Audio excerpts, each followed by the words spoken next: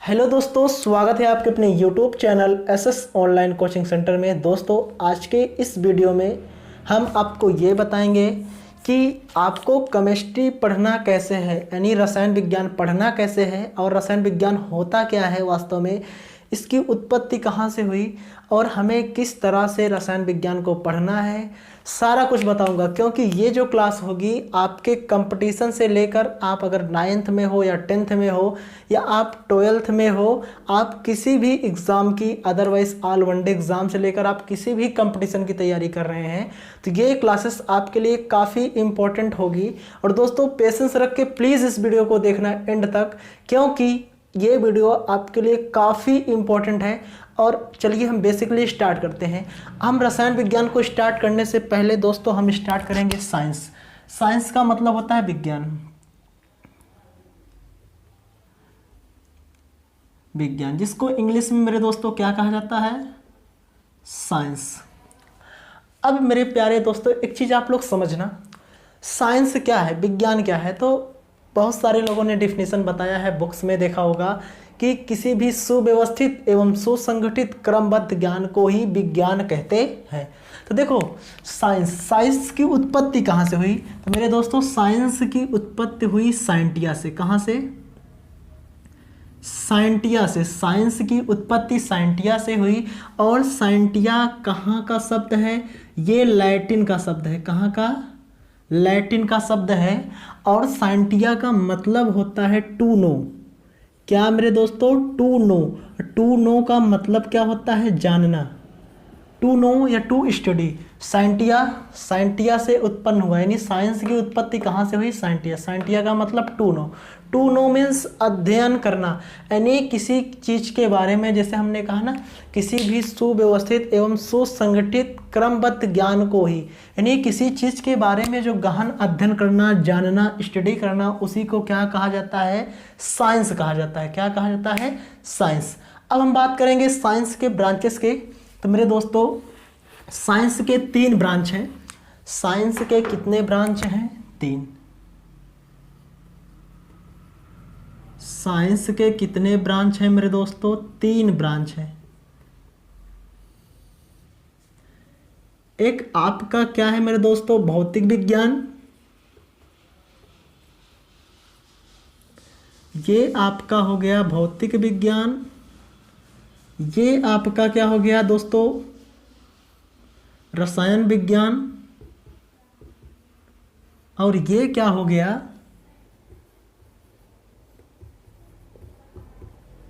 जीव विज्ञान। ये आपका भौतिक विज्ञान हो गया, ये रसायन विज्ञान है, और ये क्या है मेरे दोस्तों? जीव विज्ञान। भौतिक विज्ञान का मतलब इसको फिजिक्स बोलते हैं, और रसायन विज्ञान को केमिस्ट्री बोलते हैं, और जीव विज्ञान को दोस्तों बायोलॉजी बोला जाता है। क्या? बायोलॉजी। बायोलॉजी मीन्स होता है जीव विज्ञान। क्या दोस्तों? बायोलॉजी मतलब होता है जीव विज्ञान। अब देखिए, अगर बेसिकली जीव विज्ञान को पढ़ेंगे तो जूलॉजी और बॉटनी में कंबाइंड करेंगे। तो अभी हमें जो है बेसिकली स्टार्ट क्या करना है? रसायन विज्ञान। तो अभी और इसके आगे हमें कुछ नहीं पढ़ना, बेसिकली हम समझेंगे रसायन विज्ञान क्या है और भौतिक विज्ञान। जब आपको भौतिक विज्ञान की क्लासेस स्टार्ट होंगी तो वहाँ पर आपको फिजिक्स के बारे में बताया जाएगा। लेकिन अभी मैं पूरा भूमिका बनाऊंगा, तो इस वीडियो से आपको फिजिक्स और केमिस्ट्री दोनों की डिफिनीशन क्लियर हो जाएगी, और अच्छे तरीके से दोस्तों, प्रॉमिस करता हूँ। और एक चीज़ बता दूँ, फादर्स इनके, जो भौतिक विज्ञान है इसके फादर जो है न्यूटन है। कौन है? Sir Isaac Newton. केमिस्ट्री के फादर की बात करेंगे लेवाइजियर। लेवाइजियर जो हैं रसायन विज्ञान के फादर हैं। और बायोलॉजी की बात करेंगे तो इसके फादर कौन है मेरे दोस्तों? अरस्तु हैं। कौन है? अरस्तु हैं। क्या है मेरे दोस्तों? अरस्तु। अब देखिए, समझना थोड़ा सा दोस्तों, साइंस क्या है, यानी रसायन विज्ञान क्या है। अब इसको मैं आपको अच्छे से समझाता हूँ। ये रसायन विज्ञान क्या है, इसको आपको अच्छे से समझना है।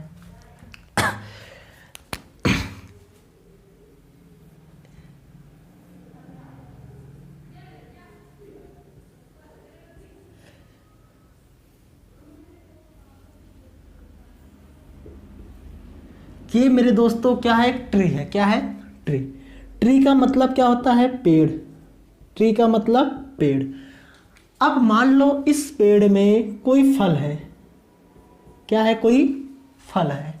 हम क्या पढ़ने जा रहे हैं, हम पढ़ने जा रहे हैं मेरे दोस्तों रसायन विज्ञान। और रसायन विज्ञान की डिफिनीशन को समझना है।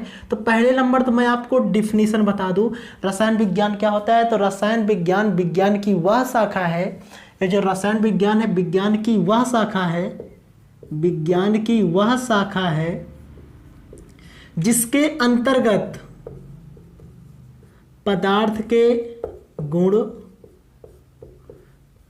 संरचना, संगठन तथा उसमें होने वाला परिवर्तन, उसमें होने वाला परिवर्तन, होने वाला परिवर्तन क्या कहलाता है मेरे दोस्तों, रसायन विज्ञान कहलाता है। रसायन विज्ञान कहलाता है। ठीक है। रसायन विज्ञान विज्ञान की वह शाखा है जिसके अंतर्गत पदार्थ के गुण, संगठन, संरचना तथा उसमें होने वाले परिवर्तन का अध्ययन करते हैं, उसे रसायन विज्ञान कहते हैं। अब अभी मैंने क्या कहा, एक ट्री है, एक पेड़ है। अब इसको मैं यहां पर समझाता हूं। मान लो इस पेड़ में कोई आपका कोई भी फल है। क्या है, कोई भी फल हो सकता है। अच्छा, जब ये फल इस पेड़ से पकेगा, जब ये फल इस पेड़ से पकेगा तो ये जाहिर सी बात है कहाँ पर आकर गिरेगा, जमीन पर। भाई सेब का पकना एक प्राकृतिक घटना है जो कि घट गई। भाई प्रकृति का घटना, अगर सेब पकेगा तो जमीन पर गिरेगा। इस फल में मान लो मैंने सेब का एग्जाम्पल लिया, और ये सेब अपने आप में एक सब्सटेंस है। क्या है मेरे दोस्तों, एक सब्सटेंस है जिसको हम लोग क्या बोलते हैं, पदार्थ। अभी हमने कहा ना पदार्थ की गुण, संरचना, उसमें होने वाला परिवर्तन। तो पदार्थ का मतलब दुनिया की कोई वस्तु जो स्थान घेरती है, जिसमें भार होता है तथा अपने अवस्था में होने वाले परिवर्तन का विरोध करती है, उसे ही क्या कहा जाता है दोस्तों, पदार्थ। तो भाई पदार्थ में मैंने ले लिया क्या, सेब। फॉर एग्जाम्पल आपको समझा रहा हूं, अगर आप इस कॉन्सेप्ट को समझ जाते हो तो आप कभी भी ये नहीं फील, मतलब आपको कभी ये प्रॉब्लम ही नहीं होगी कि वास्तव में रसायन विज्ञान क्या है। आपको फील करना है, आपको समझना है, आपको एक एक कॉन्सेप्ट को पकड़ना है, डिफिनीशन को रटना बिल्कुल नहीं है। और दोस्तों ये तरीका शायद आपको कोई बताया होगा। तो मान लो ये सेब इस जमीन पर गिरा। अच्छा, सेब जमीन पर क्यों गिरा? अगर आपसे कोई पूछेगा कि सेब जमीन पर क्यों गिरा, तो आप तुरंत बोलोगे कि भाई जो अर्थ है, ये जो अर्थ है, क्या है मेरे दोस्तों, जो ये अर्थ है जिस पर ये सेब गिरा, इस अर्थ के अंदर क्या है, ग्रेविटेशनल फोर्स। क्या है, ग्रेविटेशनल फोर्स। और ग्रेविटेशनल फोर्स का मतलब होता है गुरुत्वाकर्षण बल, गुरुत्वाकर्षण बल। और इसको किसने दिया था, न्यूटन ने।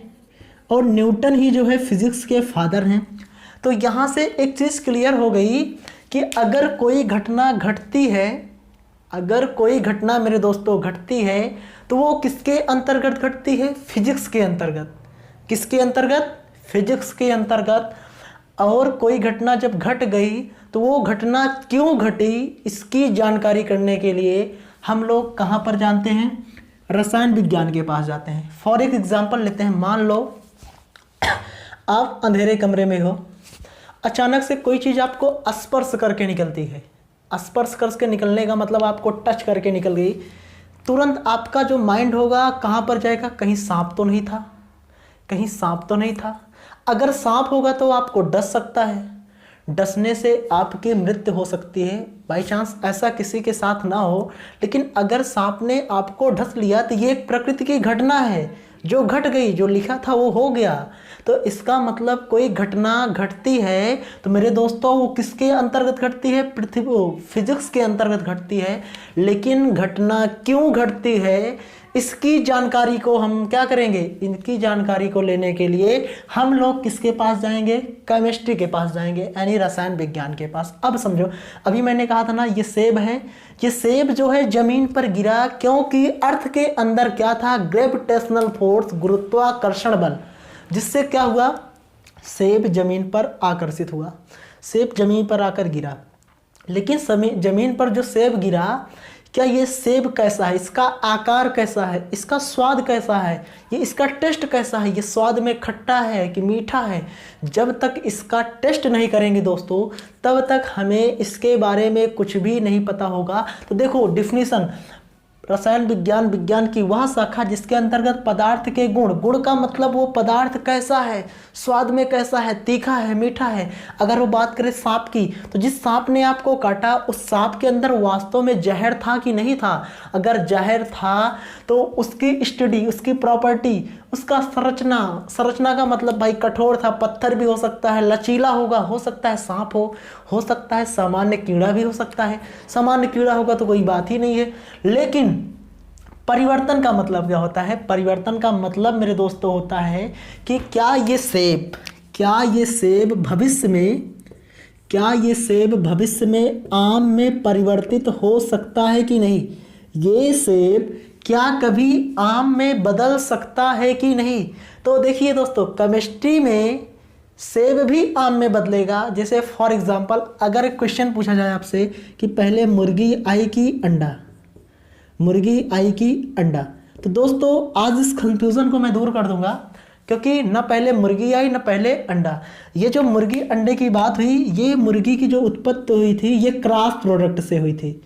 क्रॉस प्रोडक्ट का मतलब समझते हो, किसी दो जानवरों से इस तीसरे जानवर की उत्पत्ति हुई। यानी कहने का मतलब है कभी कभी दो पदार्थ मिलकर एक नया पदार्थ भी बना सकते हैं।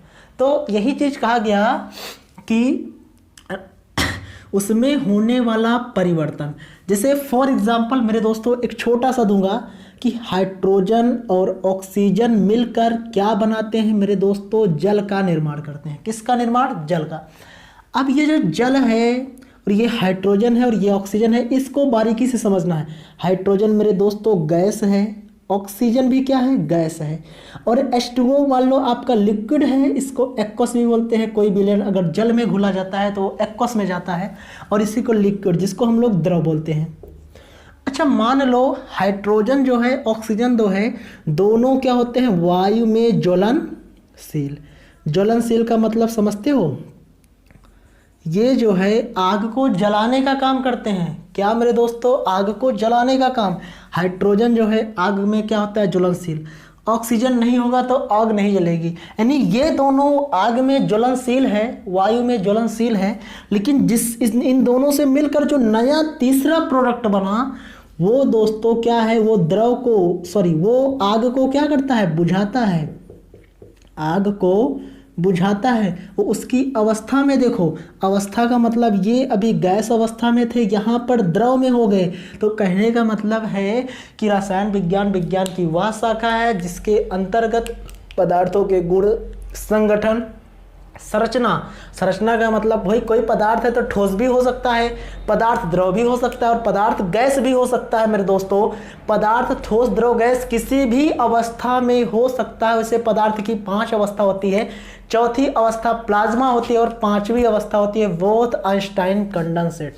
तो दोस्तों एक बार फिर से चलिए बता देता हूँ, रसायन विज्ञान विज्ञान की वह शाखा है जिसके अंतर्गत पदार्थ के गुण, संगठन, संरचना तथा उसमें होने वाले परिवर्तन का अध्ययन करते हैं।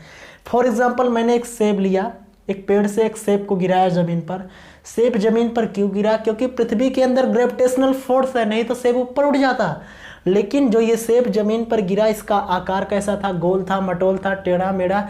तो इसके बारे में स्टडी करेंगे। इसका स्वाद कैसा है? तीखा है, मीठा है, खट्टा है, इसके बारे में स्टडी, तथा इसमें होने वाला परिवर्तन का कभी ये फल कभी दूसरे फल में बदल सकता है कि नहीं। तो इन सब का स्टडी हम लोग किसके अंतर्गत करते हैं? केमिस्ट्री के। इसका मतलब कोई घटना घटती है तो वो फिजिक्स के अंतर्गत घटती है, लेकिन घटने की जानकारी, जैसे मान लो हम जा रहे हैं, गिर गए, भाई गिर गए, ये फिजिक्स की घटना है, घट गई, ये घटना है प्रकृति की जो घट गई। लेकिन घटने से, यानी मैंने गिरा तो गिरने से मेरे चोट लगी।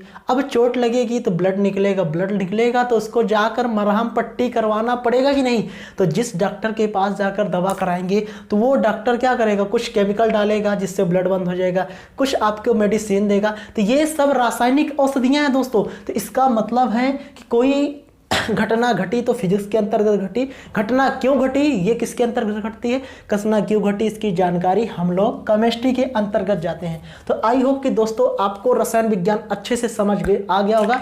अब दोस्तों हम बात करेंगे नेक्स्ट वीडियो में पदार्थ क्या होता है और पदार्थ की अवस्था ठोस, द्रव, गैस और प्लाज्मा, बोथ, आइंस्टाइन, कंडेंसेट, और एक एक तरफ से हम तत्व क्या होते हैं, यौगिक क्या होते हैं, जितना भी कुछ होगा सब कुछ पढ़ाएंगे। बस थोड़ा सा पेशेंस रख के वीडियो को एंड तक देखिए और चैनल पर नए हो तो चैनल को सब्सक्राइब करके साथ में बेल आइकन को प्रेस कर दीजिए। इससे क्या होगा, जब भी वीडियो अपलोड होगी इसका नोटिफिकेशन मिलेगा आपको सबसे पहले। तो थैंक यू, मिलते हैं नेक्स्ट वीडियो में।